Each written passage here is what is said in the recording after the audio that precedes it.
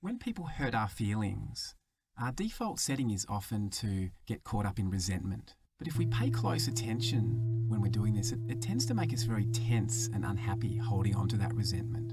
And of course, it increases the likelihood of having conflict with the person if we're preparing ourselves to see them and all we can think about is what they did or how we feel about that.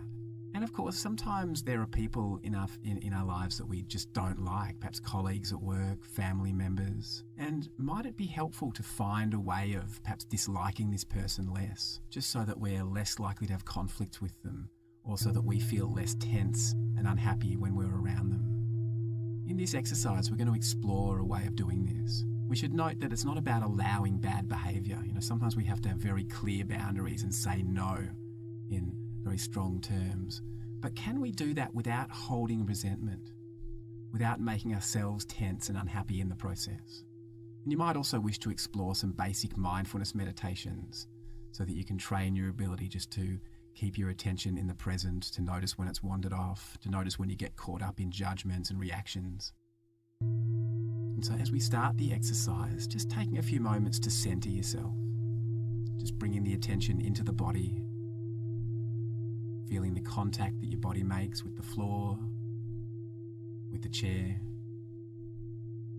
Might like to close your eyes, taking a few moments to check in with yourself, just noticing how the body's feeling, noticing what's happening in the mind, and then bringing to mind someone you care about, someone that you have a very good relationship with, a good connection. Could be a family member, a friend, could be a pet. Someone that you just feel a sense of care for and from. And take a moment to see their face, really picturing them in front of you, tuning into the connection between you.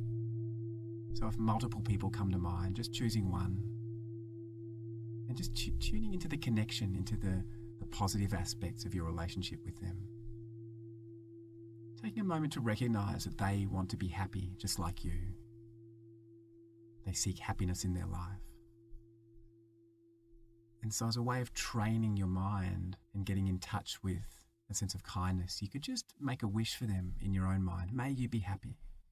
So it's not really so much about sending wishes to them. It's just about making that wish in your own mind to get in touch with a sense of friendliness, kindness. May you be happy. So seeing this person's face, tuning into them, this loved one, this friend, may you be happy. And then also recognizing that at times they experience distress, difficulties, what we could call suffering, illnesses, setbacks, failures, conflict. And taking a moment to recognize that they want to be free from distress or suffering, just like you, just like all people. So you might also make the wish, may you be free from suffering.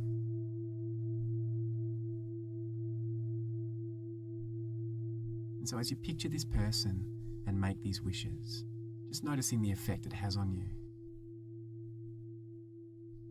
May you be happy. May you be free from suffering. Just repeating that to yourself in your own time. May you be happy. May you be free from suffering. Noticing how this feels in your body, noticing what it's like in your mind. And then letting go of the image of this person and just bringing your attention more fully to yourself. And just making those same wishes for yourself. Recognizing that you want to be happy and want to avoid distress or suffering. Perhaps you might just make the wish, may I be happy. May I be free from suffering. As you make that wish for yourself, in your own time, just noticing any effect it has on you, noticing how it feels, noticing what happens in your mind. May I be happy. May I be free from suffering. And now bringing to mind a stranger, so somebody who you're aware of but don't really have strong feelings for either way, strong positive or negative feelings. Actually, this is most people in our lives.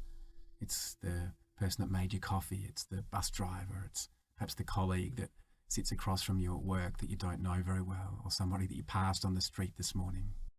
It doesn't matter who, just choosing somebody and getting a sense of them in front of you, really picturing their face, tuning into them being there, realizing that they also want happiness and to avoid discomfort or suffering. And so just noticing what it's like to make these simple wishes for them. May you be happy. May you be free from suffering. Might feel a bit weird to wish happiness to somebody that you don't really know, but just knowing that as you do this, you're activating and strengthening parts of your brain that are associated with well-being and pro-social sort of positive behaviours. May you be happy. May you be free from suffering. And letting go of the image of this person. And then when you're ready, bring to mind a difficult person. Somebody that you have some conflict with or some kind of difficulty, something unresolved. Don't go for your worst enemy here, someone who's immediately going to close your heart. I can't stress this enough. Pick someone you can work with, who you just have some kind of difficulty with. And again, picture them in front of you. See their face. Tune into the relationship between you. As you do this, just notice if there's any contraction or tensing up in the body. Often there is, sort of protectively, we tense up. And if there is, just noticing how that feels.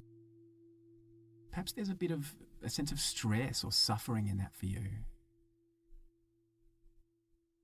And just out of compassion for yourself, if it feels okay, you might just like to release it, just to let it go a little bit, just to reduce your own distress around this. And again, it doesn't mean that we allow bad behaviour. It just means that perhaps we can relax a little and not create tension and stress in our own bodies. And also just take a moment to reflect on something, that difficult people tend to be unhappy people. And people who are happy tend to be really easy to be around. And so this person that you're picturing, if they're difficult, if you find them hard to be around, perhaps they're just quite unhappy, caught up in some story or some reactions, maybe without being aware of it. And so, as strange or paradoxical as it might seem, it actually makes sense to wish happiness for this person.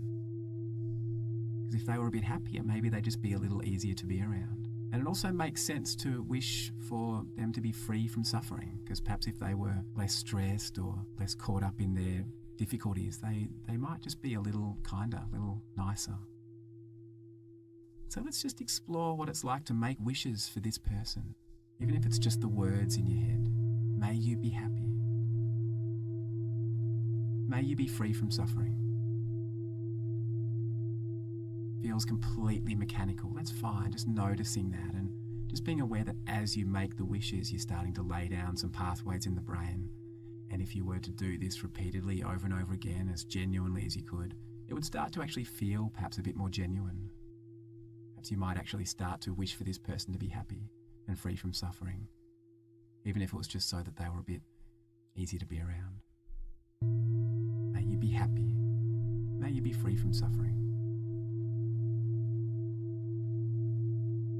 And if it's too hard or distressing at any point as you do this, just feel free to let go of the meditation. Just come back to your breath, back to your body, just grounding yourself again, and then resuming the practice when you're ready. Perhaps picking someone with less intensity. Just starting wherever you can and just working very slowly, just slowly developing this capacity to make kind thoughts or to wish someone well, even when they're difficult. May you be happy. May you be free from suffering. And then as we start to end the meditation, just bring your attention more fully to your body, letting go of the image of the person, just noticing the effect that the meditation's had on you, on your mind, noticing the ways you got stuck or where you're still holding on to resentment and the effect this has on your body or your mind, or perhaps you feel a little more relaxed, maybe you've cultivated a positive state of mind. And just remember, this is about changing your own mind. It's not about sending good vibes. It's about letting go of your own tension and distress around this so that you can feel better, so that you can have less internal conflict. And as you change your mind, just knowing that compassion is a very positive state of mind to cultivate, very, very healthy for us, very beneficial. And that this exercise might seem a bit unnatural in the beginning, but even just making the wishes is starting to rewire the brain and transform our mental habits of resentment. And it's good just to start small and build up slowly. And so whenever you're ready, just allowing your eyes to open.